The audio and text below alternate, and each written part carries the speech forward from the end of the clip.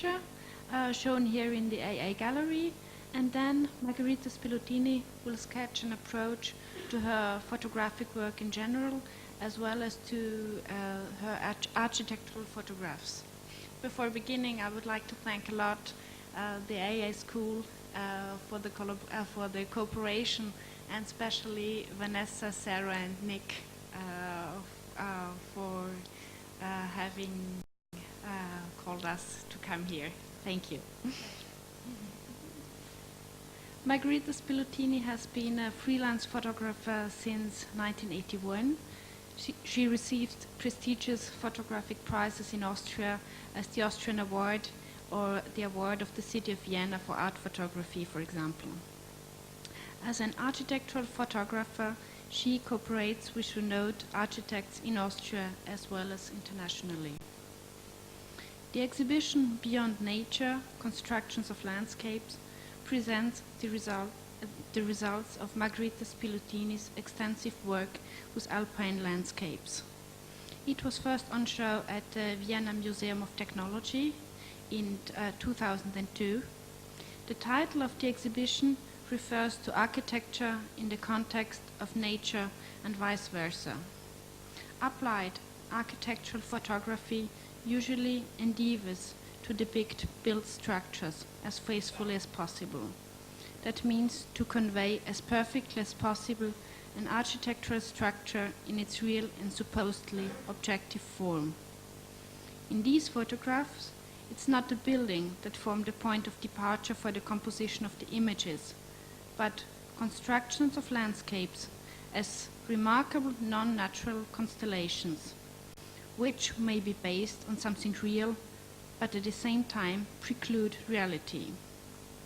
To quote Margherita Spiluttini herself, "What fascinates me about photography is the fact that the material I work with is the real world, but even if you try to be as accurate as possible, it remains a fake." Margherita Spiluttini's photographic compositions follow a strict and precise formal order, and at the same time they subtly highlight the theatrical pathos of alpine landscapes. The irritating beauty of her photographs, which transcends any prettiness, calls into question the classic repertoire of images of alpine countries like Austria and Switzerland. It is radically different from the idyllic landscapes propagated by postcards and tourist advertisements.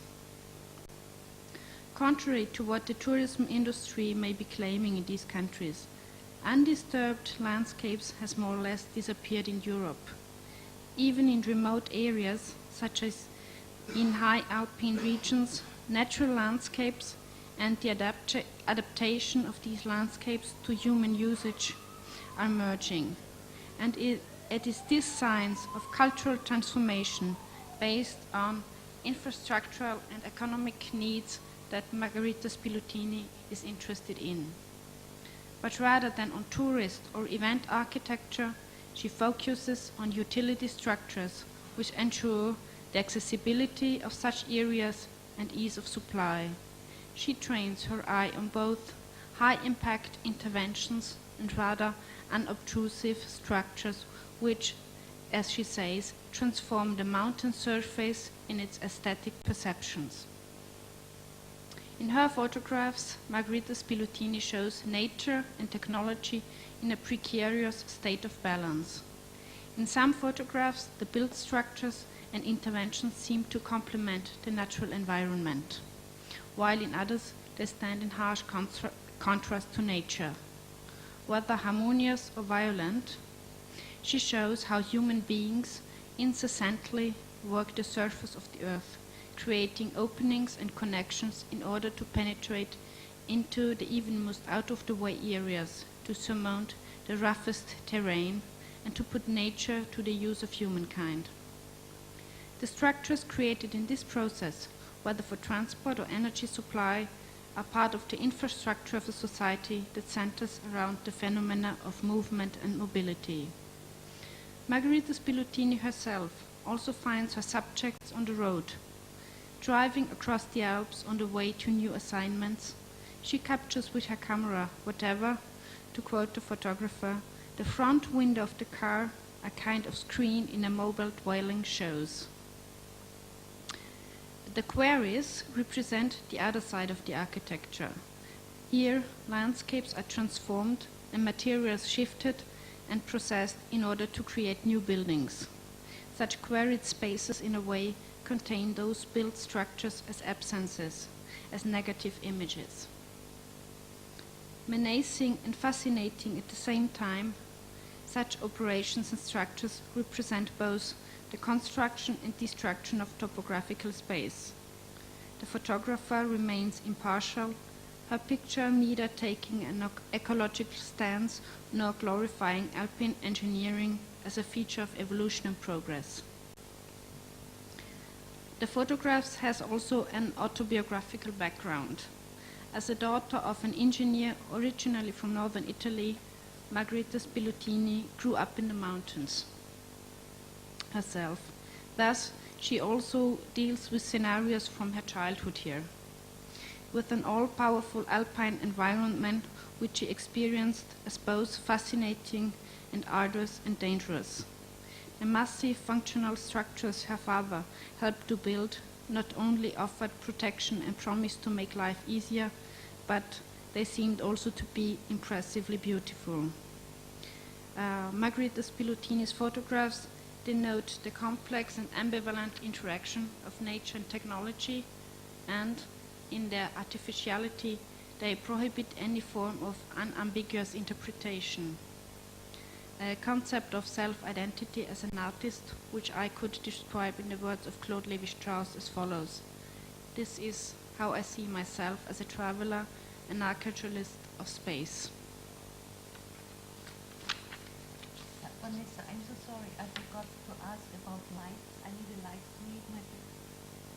Would that be possible? I'm so sorry.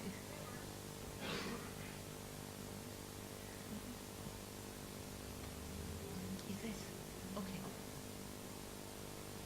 Yeah, that's okay. Fine. That's very fine. Okay.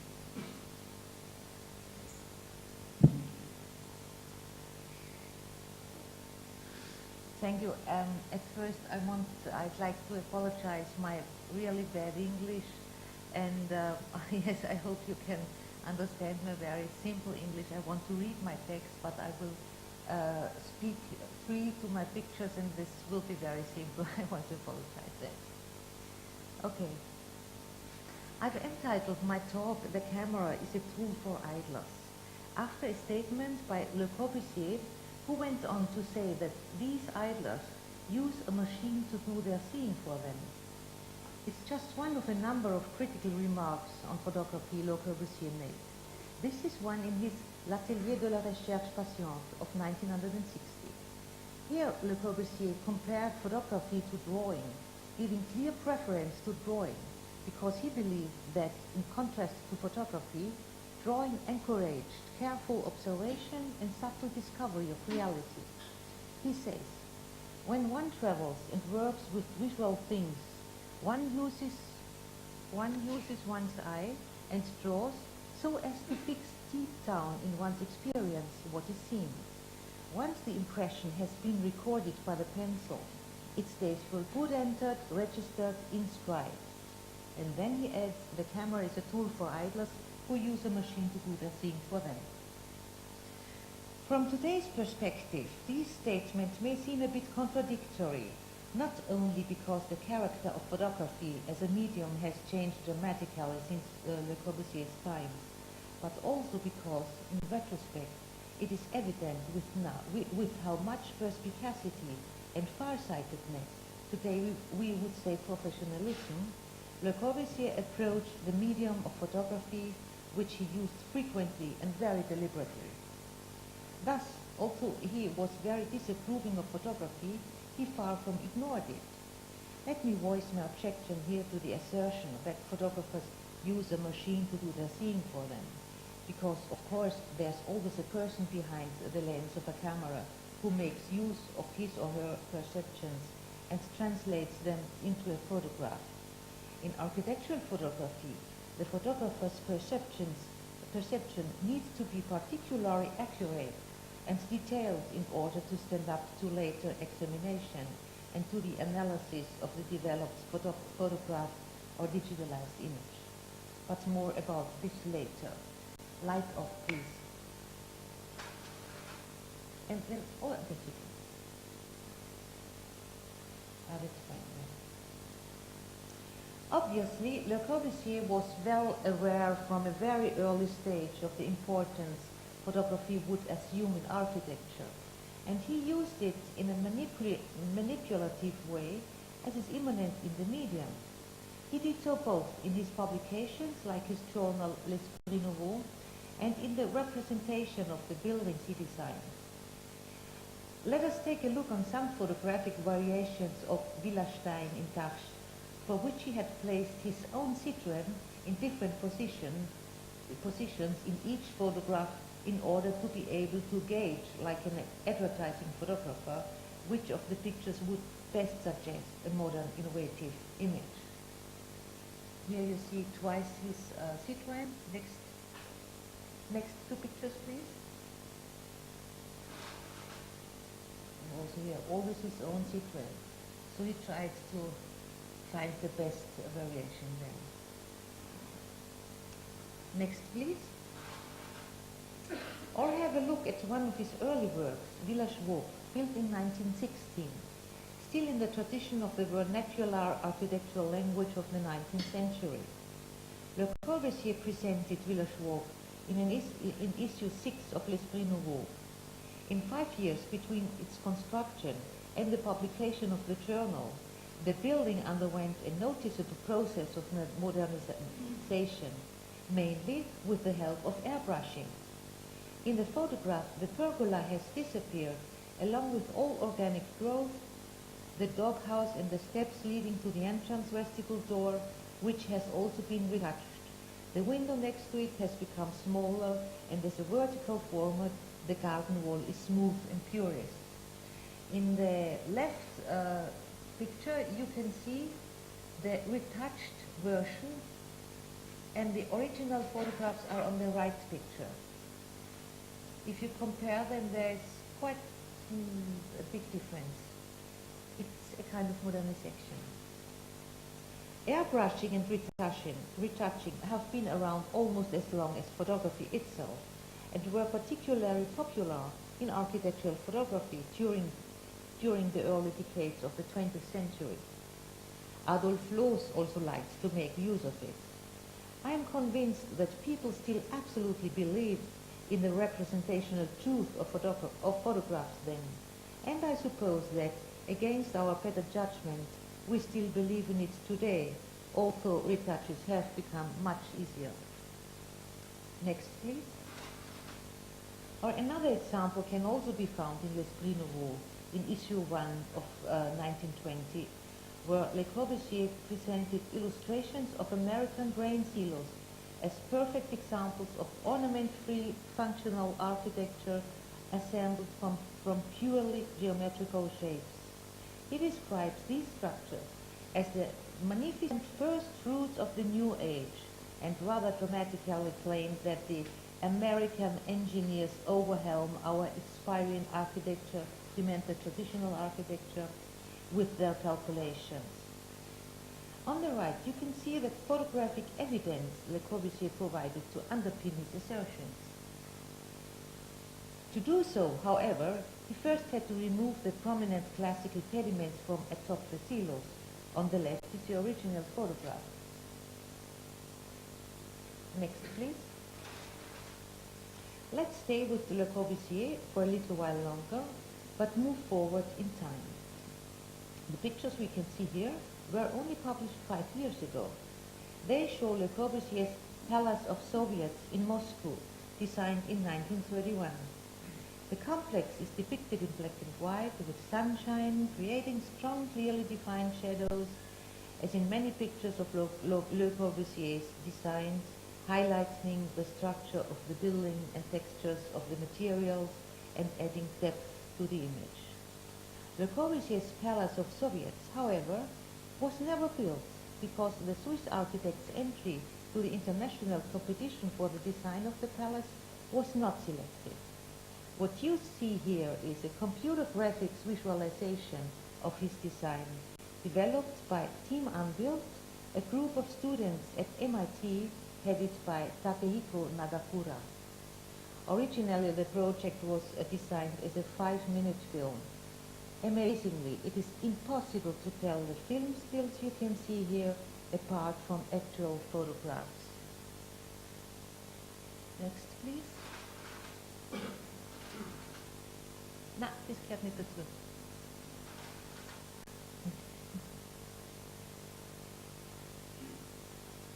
So it really seems very realistic. It's a great work, I think. Not only because the manipulative qualities photography offers, we can say that photography and reality have little to do with each other.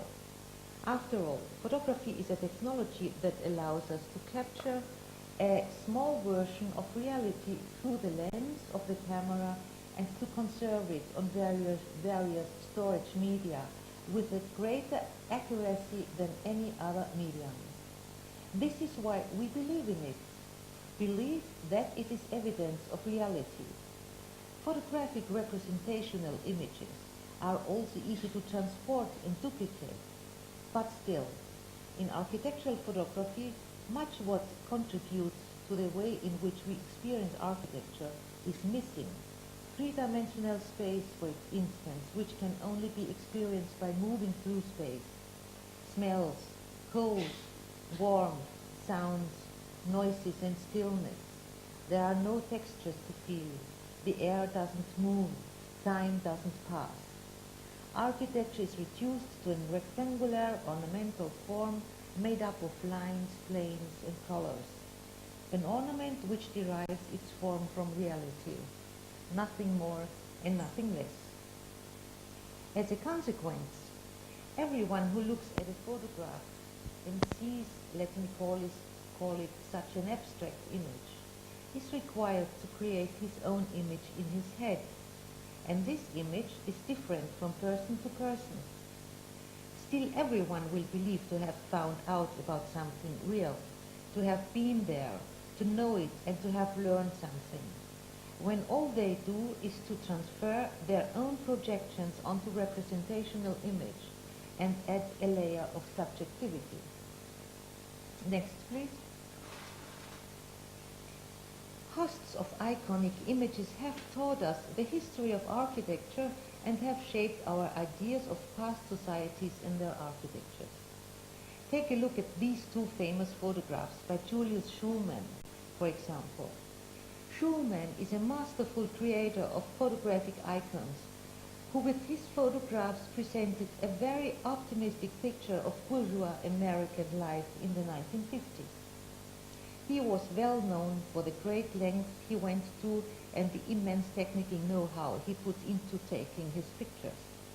Thus, as he once had it, the shot of Kaufmann House of Richard Neutrath, which you can see on the left, took him good 2 hours to take. And on the right side you see a case study house of Pierre Koenig in Los Angeles. In the background, the city of Los Angeles, in the foreground, happy American young girls being glamorous Hollywood. Next, please. I myself don't go to such great length when I take photographs. I much rather prefer being surprised by the locale, as I find it, to explore and to discover what is there rather than staging my photograph. The things that catch my eye when I take photographs are not only connected with what I know about the building and what my architectural awareness tells me, but also, and perhaps primarily, with the fact that I find a piece of myself in it, something that is revealed in my subconscious. My life, everything I experience on a daily basis, has always taken place within architecture. Architecture has shaped my memories and my dreams, as it does for everyone. This background has a strong influence on how I perceive things. Thus, I concentrate and carefully observe the object I intend to photograph and try to discover connections, visual relationships, and views that are hard or impossible to see at first glance. I use a large field camera. The dark cloth I spread over my head and the camera to help me view the image on the ground glass screen creates me a kind of intimacy between me and the image and the world. And as in addition the image is also laterally reversed and upside down, it needs to be viewed with the utmost concentration. Thus photography becomes a particularly intense process of focusing on a small section of the world. It is a rather meditative form of photography and it takes time, but it is not for idlers. I'm sure you know this building. This is the path in Walz from Peter zum Tor, a kind of, for me, very sacral building. There's a kind of holy mood there because of the material, because of the light. There are light slots in the ceiling where the daylight comes in and this light changes during one day, and there is a really very kind of holy mood in the building. It's very impressive. And also those blue light holes in the ceiling on the right picture, the reflections of the blue are changing during one day. It's very interesting. Next, please. But I'm also interested in the surrounding, in the banal surroundings of those family houses. Then when I was there, it was raining, it was foggy, it was not really, there haven't been not really ideal circumstances. The next, please. This is the right picture focused? Is this richtig Bild scharf, Elisabeth? Is this richtig Bild scharf? Oh, okay. It's for me, I can't see that. This is the Ricola marketing building of Herzog and de Meuron in Laufen in Switzerland, which is designed for plants. There are plants planted on the roof of the building, and there's a kind of grid. It's a part of the roof, it's a kind of grid, so the building will be grown over during the years. It's a very interesting connection between architecture and nature. And it reminds me also, the right picture reminds me also the kind of aquarium. The next, please. Glass is a very interesting material also for photography because during the day it's it's not transparent, it's like a wall, and it reflects the surroundings, so that I have as a photographer, as a viewer, the surrounding and the building with me. And the left picture I like because I have the view through the building to the nature behind the building and the surrounding behind me. On the right side, there have been artists who work together with the architects. The stories are from Rosemarie Focke. Next, please. This is a building in Austria, in Innsbruck, which is the capital of Tyrol. The architects are Austrian architects Henke and Schreieck. This building is surrounded also with my theme with very impressive mountains. So they also are reflected in the building itself, and you can see the mountains through the roof. It's very impressive there. Next, please. And for example, I think that every square centimeter on the photograph has an importance for me. For example, on the right side, the right picture, I paid attention to the pedestrians outside on the street. I took a photograph when they crossed the street. I hope you can see that on this picture, that there are outside pedestrians crossing the street. Next, please. This also is an Austrian building from an Austrian architect, Adolf Krischenitz, the Lauda Chabad School, which is a school for Jewish children, very strong watched, and and this is per accident in the neighborhood of so, of an anti-aircraft gun facility from the Second World War, which is very strange for me anyway. And so I was very interested to take photographs both with this building from the Second World War, because it was emotionally very strange that this building is in the neighborhood of this school. Next, please. And it appears also when you are inside. On the left picture you can see that when you are in the inside of the school, the so-called the past appears every time. Next, please. This is a student's home in Salzburg, in Austria, from a young architect, Peter Ebner. It is a very narrow situation to a rock in the city. A rock in the city. Salzburg has two mountains in the city itself, and this has been for me a very interesting situation in the narrowness to this rock. And I spent my youth there in the city, and also this mountain, this rock, had this special meaning for me. It's very subjective, and I like the architecture. The next, please.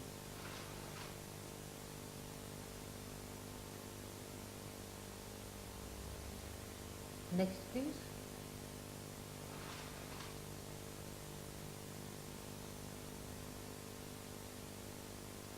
Next, please. This is a small house in the south of Vienna, in Austria. Those are very small pieces of real estate, and the architect is Adolf Krischenitz.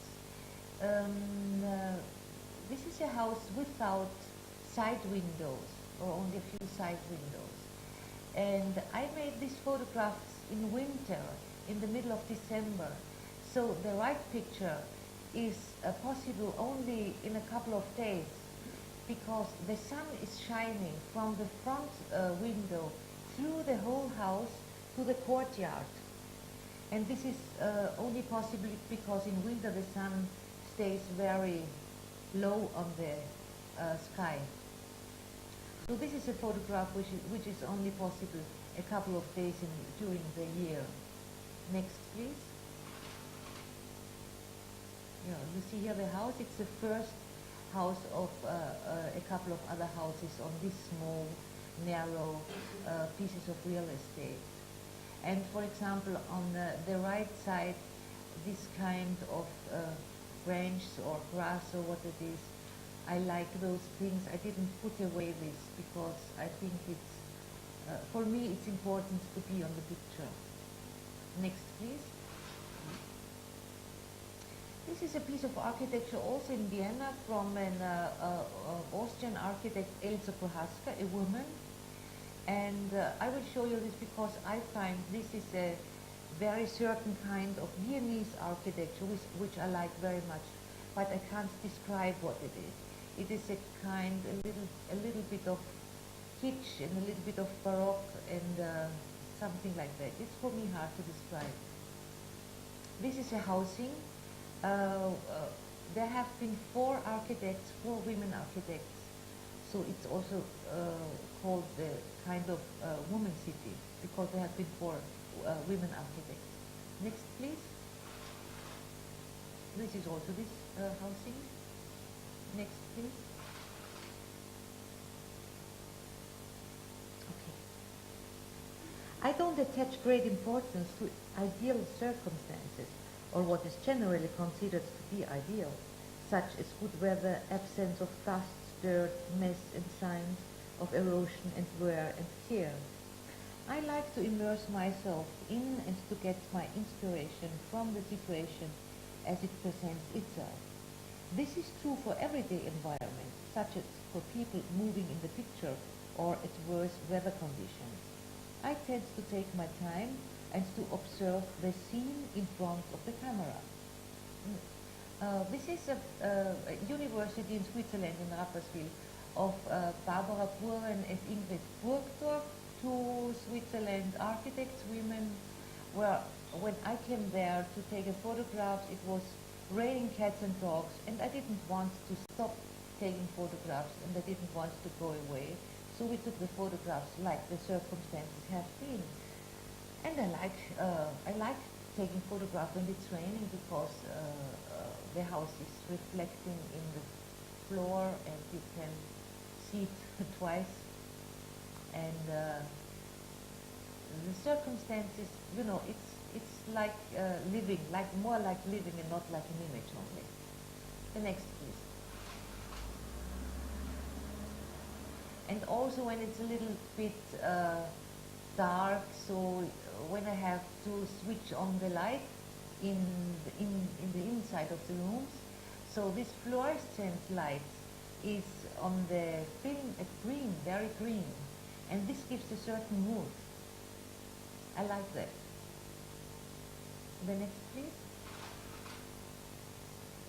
This is a house in Tyrol, also in the Austrian mountains, from Margherita Heubacher, or Austrian architect, a woman. She built a house for a composer and pianist in the very high Tyrolean mountains. So we began to take photographs in the early mornings. You see these two pictures in this very impressive mountain surroundings. And on the right side you see in the background the fog who is ascending to us. The next, please. And this fog came very quickly in our head to us, and so I had to take photographs with the fog. So this is very characteristic in the mountains, that the weather changes very quickly. So this also is a kind of mountain photography. The next, please. I guess you know this building. I took the photographs 1 week after the opening of the Tate Modern, so you can imagine how many people there have been. There were thousands of people there, and for me it's amazing because I'm from Middle Europe, that British people lay down in the grass immediately after the stop of the rain. You know, suddenly when the rain stops, British people lay in the grass and relax. So I took the photograph on the left side, and yes, this is the Tate Modern. Next, please. There are a lot of people. The turbine hall is like a church, so that it is directed to the west, so that in the afternoon the sun comes in like in churches. And on the right side there is, you can see a reflection of a picture of Jeff Wall in the glass. I adore Jeff Walls. I like his art very much. So nobody knows that, but I tell you that I took the photograph because I saw the reflection of this picture. The next, please. This is in Munich, also from Herzog and de Meuron. 5 Höfe, 5 courtyards, maybe you know this. And this also is a situation where lots of people are there doing their shops and so on. And so I have to pay attention to that what people are doing, how they are moving and how they behave. So for example, at the left picture, you can see very small a man who kisses his wife and his baby on the there on the bicycle. Yes. And on the right, there are always people around me when I take photographs in this situation. Next, please. Or, for example, on the left side, this man who phones on his mobile. Thankfully, he phoned a very long time and he didn't move, so I could take the picture. And on the right side, there is a man in the office there in the background. So I paid attention also to this when I took this picture. Next, please. Okay. If my pictures are intended to be representative, however, and I'm in a position to influence them, it may also be necessary to design a kind of scenario. I'd like to just show you one example in this respect.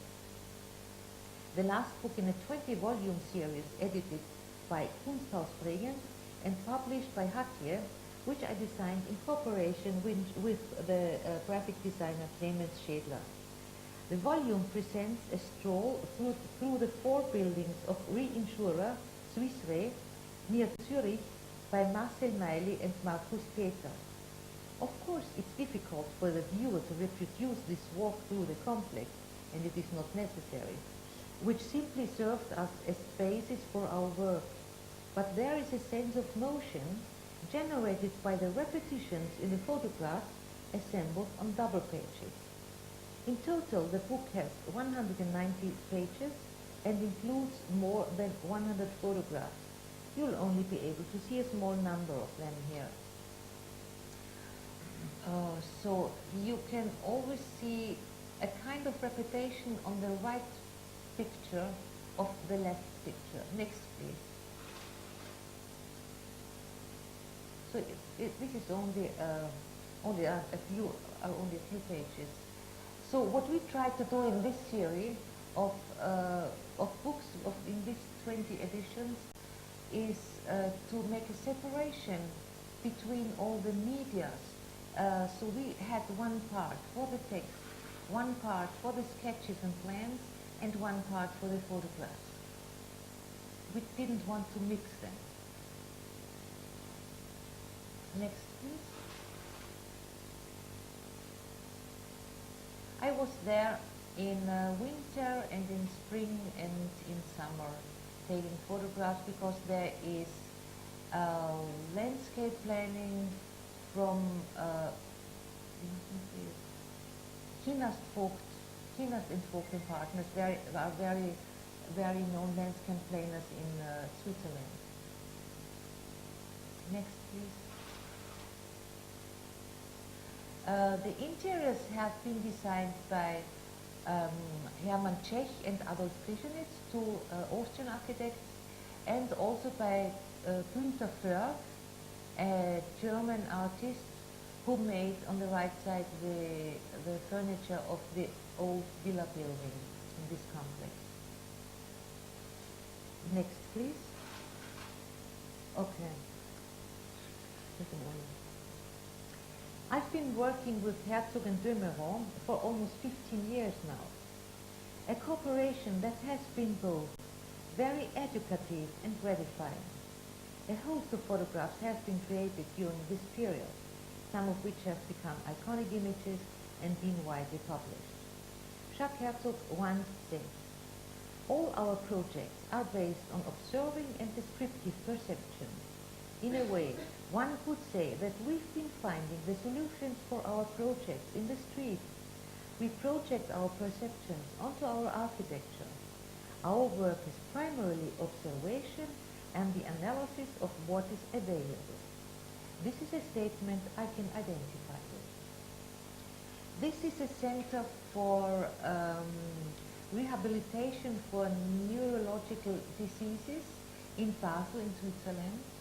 A wooden house, only 2 floors, and a big building with 10 courtyards in it. Next, please. And I tried to avoid to photograph patients. So sometimes you can see the shadows of them. but not directly themselves. You can see only shapes of them. Next, please. And the rooms have kind of light bows, glass bows, which are lightened in the night, and through which the daylight comes during the day. On the right image, you can see how it becomes when it darkens. Next, please. Oh, dirty picture. On the right side, this is the restaurant, the cafe. You can only see shapes of wheelchairs, but no real patients. The next, please. This is the roof of the swimming pool there. You can see this with this big eyes. Next, please. This is a contradictory building. This is Prada, the Prada flagship store in Tokyo. A kind of crystal in the city, in this really breathtaking city. Next, please. There is a wall of moss, which is planted with moss around the building. There's a little plaza, and then this moss wall, and this glass building.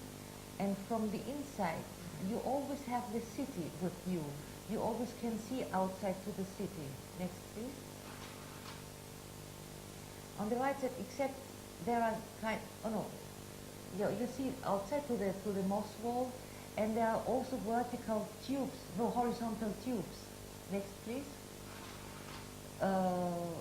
You can go down to these horizontal tubes, which are the connection between the floors, and those are kind of recreation areas.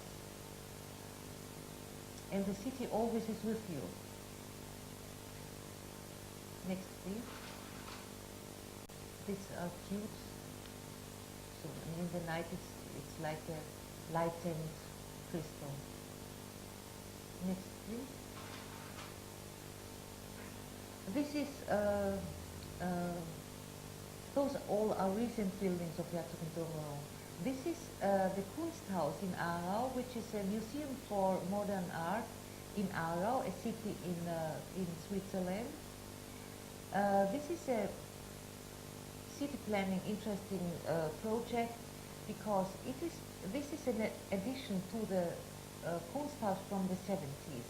You see on the right side, on the left picture on the right side. This has been a square, and they built the addition, this glass addition, on this square, and on the roof of this glass addition, of this addition building, this is now the square.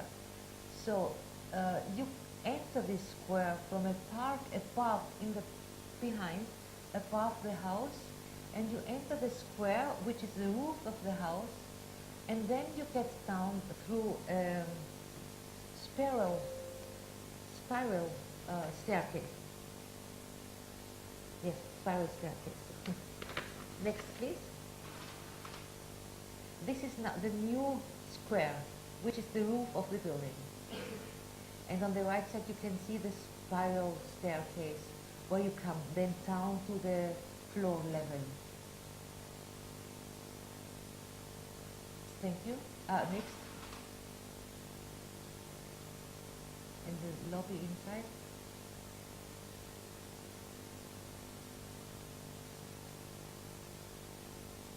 So, very interesting glass formation. Next, please.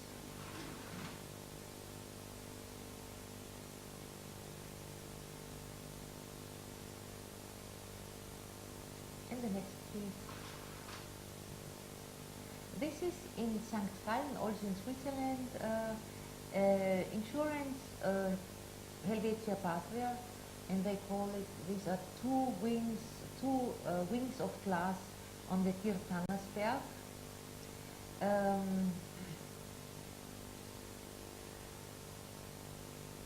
I loudly have to say that here the people in the night picture, I asked them to get there and to stay there for my picture, but so it's the only time, it's only once I did that.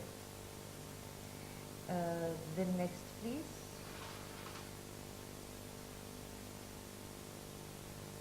You see how the walls, the glass walls, have different positions, so that you have the impression like a kaleidoscope. Next, please. And also there is landscape planning and a connection to the nature, also seen from the inside. You can see, because of these different positions of the glass walls, and some glasses are like mirrors, you have a picture like a kaleidoscope. Next, please.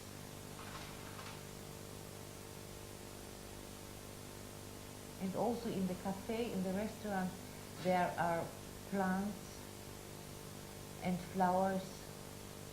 It's a little bit like a wood. And you also can see the reflection of the surroundings of the right picture. The next, please. Yeah.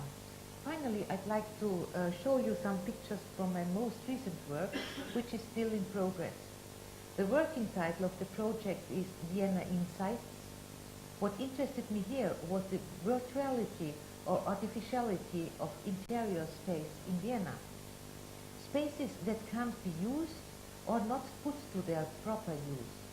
These photographs measure 80 by 100 centimeters. So on the left side, there is a kind of illusionism in the castle of Schönbrunn, the emperor's castle in Vienna. There was a painter in the Baroque time, Johann Wenzel Berger, who painted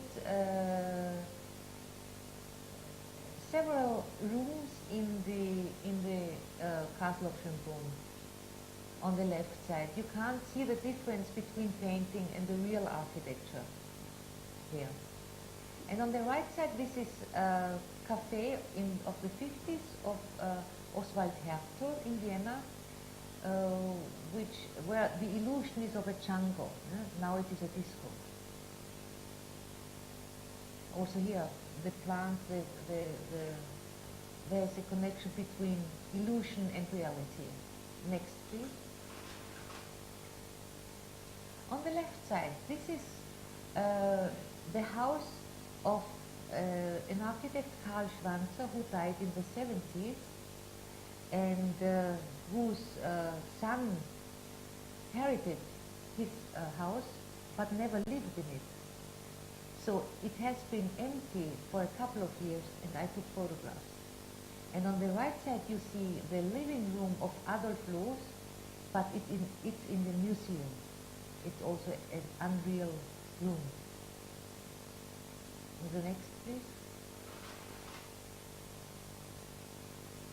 On the left side, this is the Baroque church of the Jesuits, I don't know if it's in English, with a cupola.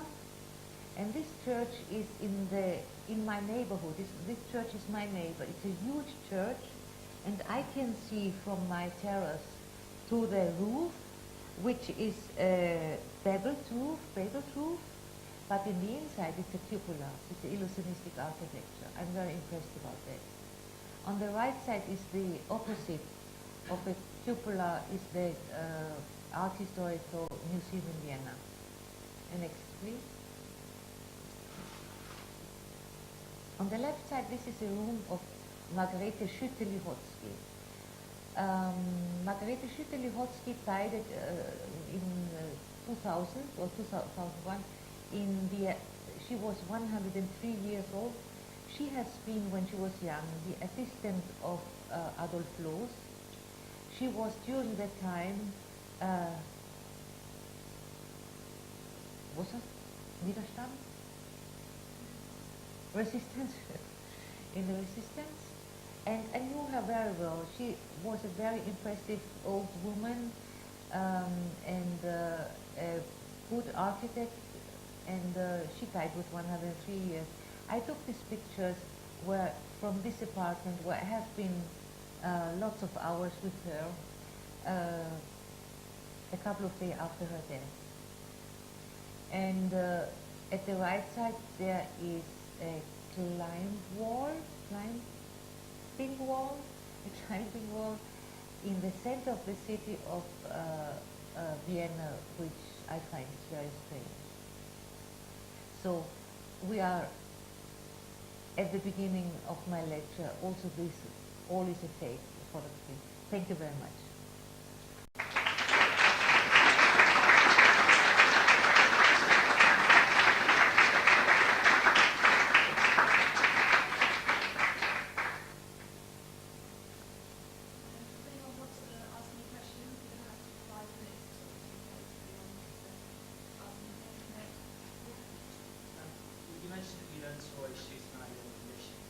Please speak very slowly.